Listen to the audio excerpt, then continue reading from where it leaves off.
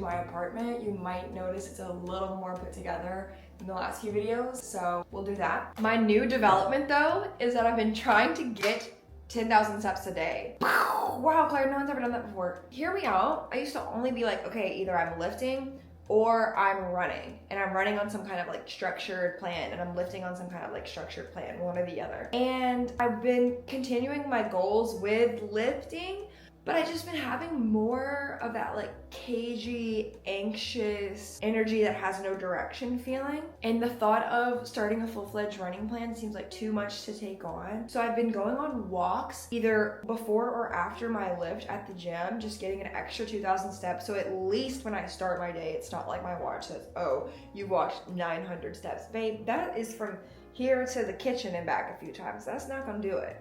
So I've been doing like walks on the treadmill for, let's say, 15 minutes just to try to get myself to a steady state before beginning the day. And today I just literally don't have enough time. So I'm gonna go on a very short run and get to like, you know, I don't know what that gets you to, 3 miles, maybe it'll get you to like 5,000 steps? Hell. I think the thing with like having a consistent fitness routine is allowing it to be somewhat flexible to ebb and flow with whatever like mood or era you're in, and that way it can kind of adjust to your goals, adjust to your lifestyle, and nothing feels like, oh, it's a forever super rigid thing. The only thing I can do is go to core power 3 times a week and that's my only fitness option. No, be flexible. That being said, let's go.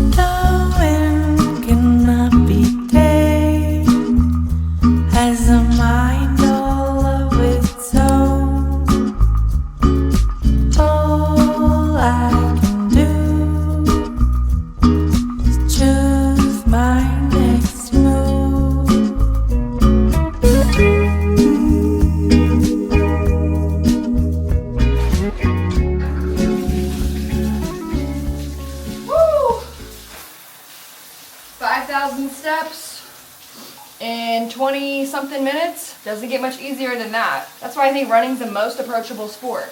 You don't need hardly any equipment. You can do it almost anywhere, and you can get a good workout in a very short amount of time. Like, I got a good sweat. I'm ready for the day. Let's go.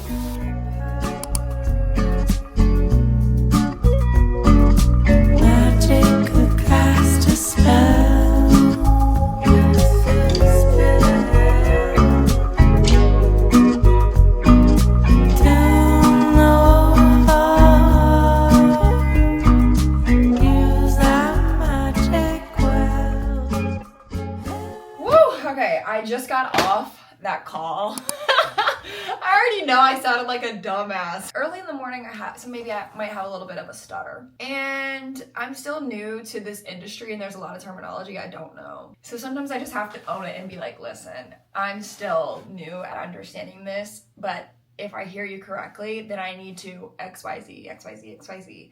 So I'm always like repeating things back to people to make sure I understand it. But I've been really enjoying my work lately. I never thought I'd be the type of person to say something like that, but it's at just the right level of challenge, but also I think I can do it. And they've given me a lot of responsibilities. At first I felt like, whoa, it's my first few months here and I gotta do this. But now that I'm kind of in the flow and I've done a few things that I thought I wasn't capable of, I'm like, okay, no. You can give me an assignment, and girl, I might not have a step-by-step guide on how to get that shit done when you first hand it to me, but baby, you better believe I'm gonna try everything to figure it out, and I have faith in my ability to figure it out.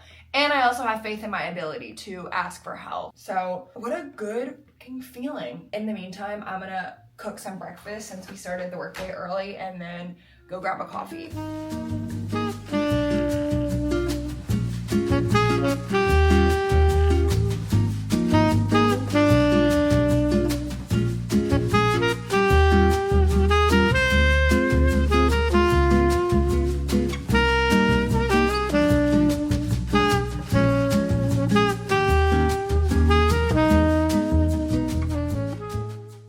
thing I've been doing to keep myself motivated with posting, because I've been saying forever that I want to post more on TikTok, and I used to post twice a day, and like that was my whole fucking spiel, how I got started on social media, whatever. And since then I've been in my flop era, and I'm like, I just need to get over my fear of not going viral all the time and just post. And it's been a rut that I've really been struggling with for a long time. Like, I got to the point where I was sick of talking about it on YouTube, so I just cut that part of my vlogs out all the time. But one thing that I attempting is I think I just need to post more so that there's less weight on each TikTok, and post like what I genuinely enjoy. So I think that's like fun and low pressure. And then I've also bought this calendar thing when I was in Seattle from a Japanese stationery shop. And all it is just a monthly goal planner, sort of. So for the month, you set your goal. My goal is post freely online. Not even go viral, not even post every single day. Just like get back to a sense of playfulness and just see what happens with low expectations and like fuck being perfect. You know what I mean? So every time I make a post, like either on TikTok, on YouTube, on my Instagram story, like I put a tally on here. And so visually I can see all the days that I've just tried to, or actually pressed publish on something, and I've just been trying to fill this thing up as much as I can. So we're like a couple weeks in, and I think this will be an interesting strategy, and so far it's working. It's like a good amount of accountability without having to be such a high goal that I get discouraged. So that's what I'm doing. I'll keep you updated with how that helps. Okay, we are gonna walk over to the coffee shop. My manager sent me a Teams message and made me jump on and do something right quick, so I had to sit down and grind that out. And I've learned that sometimes for work stuff that you, especially stuff that you don't want to do and you really want to procrastinate, sometimes you just need to just jump on it and get it done right quick and send it back. Even if you get it done and you don't send it back right then, just so people don't get used to like always asking you for stupid stuff because you get back to them right away. Saves you all of the energy of trying to put it on a to-do list, to schedule later, and da-da-da. Short stuff, get done like this.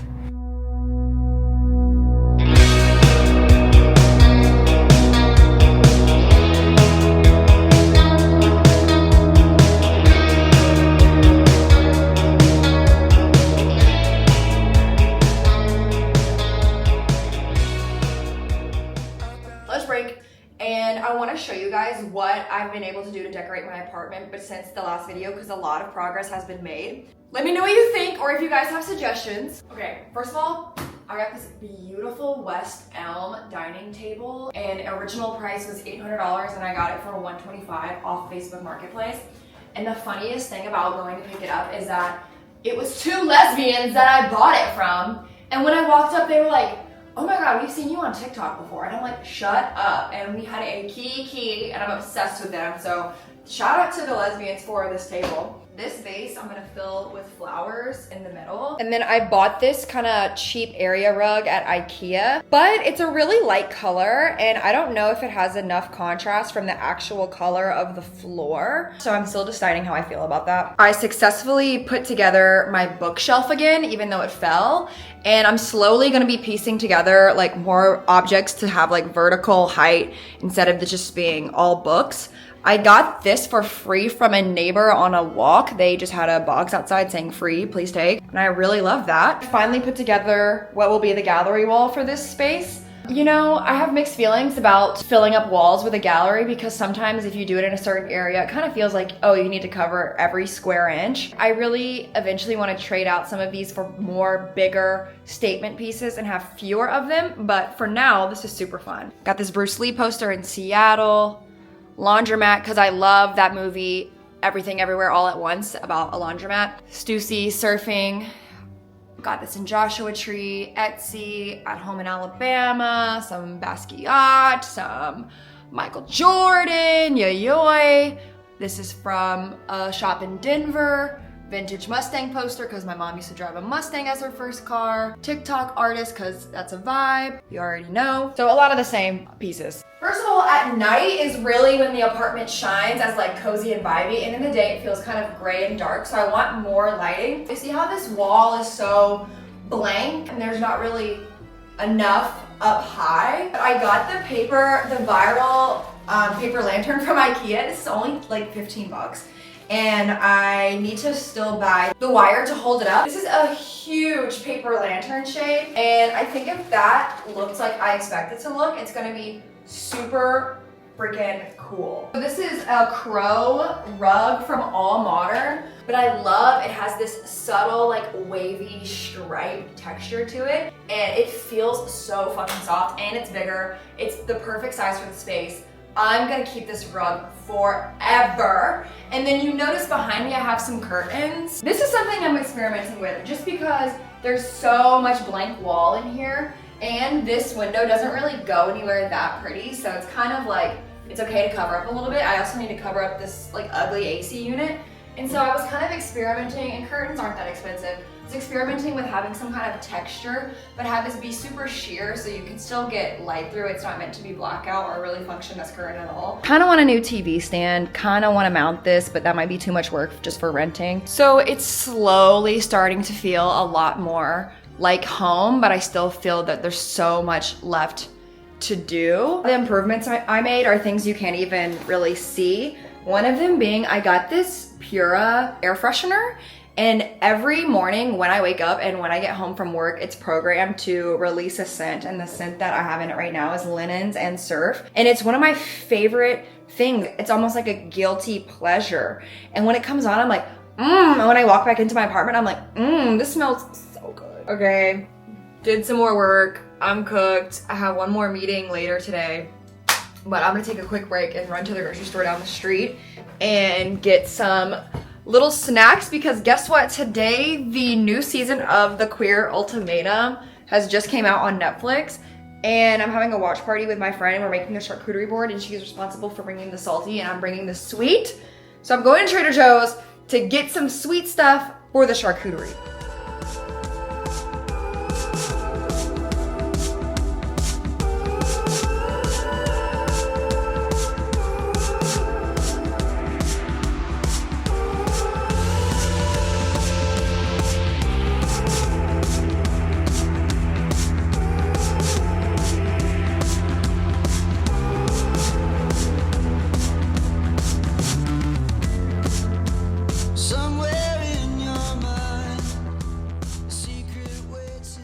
I feel bad. That cashier was looking at my ID because I bought some wine, and she was like, oh, my name's Morgan and my middle name is Morgan.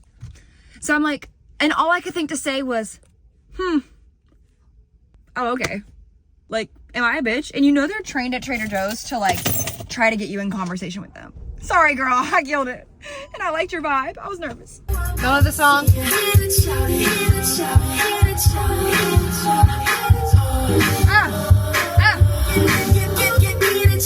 Oh my god, I need to go back to the club. Y'all want to see how I use AI?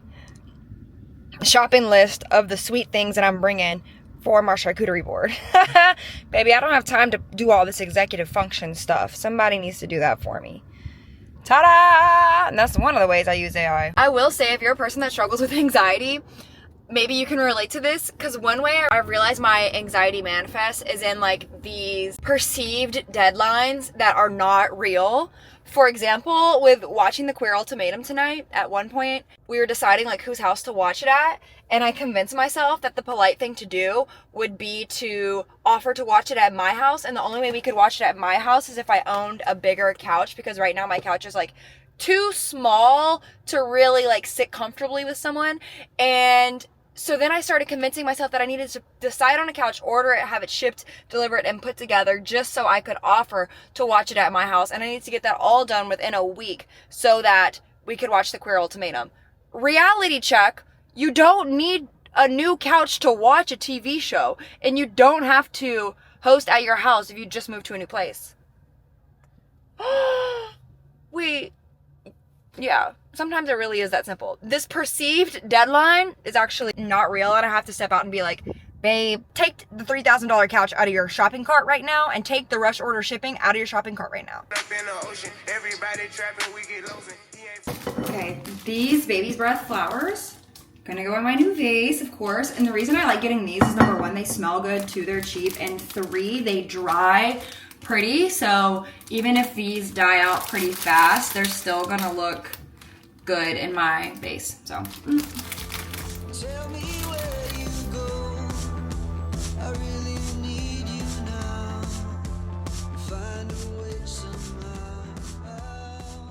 was working till 5:20 p.m., which to me feels like long, but going to watch the Queer Ultimatum now. Watermelon flavored wine is in my backseat right now, along with all the treats you saw me pick up, girl. I need a pick me up. I need to relax. I need a girls' night. We're about to go on a walk and gossip session. There's nothing like friends. There's nothing like having friends. Having a relationship is just like a teaspoon in what my long-term friends feel like. Ugh. Editor's cut. I was gonna publish this video, but then I was like, wait, let me actually talk about updates and just throw this in here at the end. But yeah, all of this video I filmed several weeks ago, and I've just been so fucking busy because I had, you know, my dad was in town, but then my brother and my mom were in town for a whole week. And then 2 days later, 3 of my college best friends came. So I've just been like really busy hosting and I didn't plan it in advance, but I'm like, okay, I'm just gonna take some time off. Nonetheless, we're back, we're better than ever, we're ready to go. I mentioned briefly about this habit tracker, and already this has been a huge plus for me with productivity. As I've said, I spent a long time like being too timid to post and like overthinking everything. And so now I'm just giving myself a little stupid tally every time I press publish on something. That has already helped me a lot. And even counting like the little wins, like, oh, an Instagram story, counting that as a tally has made me feel satisfied. So I really am a visual person, especially with goal tracking. And I recommend having some kind of like tangible feedback for sticking with habits if that's something you're working on. It was funny because this is a stamp that says, sorry, I'm literally on lunch break from work right now. This is a stamp that says bottom. Sorry, crazy transition. It says bottom because I took my friends to the lesbian bar in San Diego this past weekend, and when you go in, they literally stamp you as top or bottom. Not like they don't ask you, are you top or bottom, or any of that bullshit, but it's just like a joke, like that's the entry stamp, and they just randomly pick one, which is so funny. So we were all stamped as bottoms. What? I've just been like really at the beach a lot with friends a lot, and you guys have been watching, you know, I went through a breakup a few months ago, and friends have been everything. I've been going through the process of rebuilding a new sense of normal and like what it's like to be single post-relationship and what my life looks like. And so I've been focusing so much on imagining what a full, exciting life would look like for an ideal future version of myself. Also, I was mentioning I was going to see the Queer Ultimatum. Let me just speak on that because by the time this is posted, I've seen it all, and seeing the reunion, girl, I saw everything. Favorite people. Number 1, Haley, hands down. Off the first impression, Brittany, I was like, why is nobody chasing her? Why? She's obviously the baddest. She's dressed the best. She has like her life and job together. They said she just bought a house. I'm like, sign me up. And no one was running over, tripping them over themselves to go swoop Brittany away. That really pissed me off. And the fact that everybody was going after, like, sorry, but like, AJ. I've seen this play before with the masked lesbians that say the most generic manipulative shit that has no specifics and that they copy paste with all the other girls. Literally, we have a special connection. And then they say that to everyone. Huh? Now, Dana, she's hot, no lie. And I would be attracted to her. like because of her energy, because she's hot, whatever. But I would know I wouldn't want to date her because it's giving like, woo, a lot of work. I liked Kyle's style the best, but like personality wise, I didn't really feel positive or negative towards Kyle. But that suit, that brown suit, the one that they wore on the engagement day, I was like, yes. Copy, paste. Need that. I'm going to a wedding soon. I need an oatmeal suit to wear to it. I'm in the wedding as a bridesmaid. Masked bridesmaid. Yes. I will try to vlog some of that when I get to it. Nonetheless, overall MVP was Haley. Why? Refreshingly honest when shit was hard, and the way that she looked in the reunion. Y'all saw that part where she was like, with the ring. I almost just paused the show and was like, damn. When did she get so fine? Like, she got really fine. So did Megan, whatever. And I was rooting for her. And when she was snapping back at Dana in the car ride home from the swap back to the original partners, I was clapping. I was like, yeah, fuck you, Dana. Megan sees right through you. That didn't last long, did it? Next thing I know, they're like, you're my home, you're my family. Y'all are trauma bonded. Whatever. Those are my thoughts. If you watched all the way to the end of this video, let's leave a comment with sunglasses. You heard it here. Sunglasses emoji if you watched to the end. I got a few people messaging me on Instagram because I've missed my posting day last week. And some people messaged me saying like, we need you back. I'm going through withdrawals. Oh my God, guys, that made me so happy. It made me stressed, but I was like happy because I was like, oh my God, wait, somebody noticed that I missed my posting day? So yeah, comment the sunglasses. Thank you for watching and I will see you next week. Bye.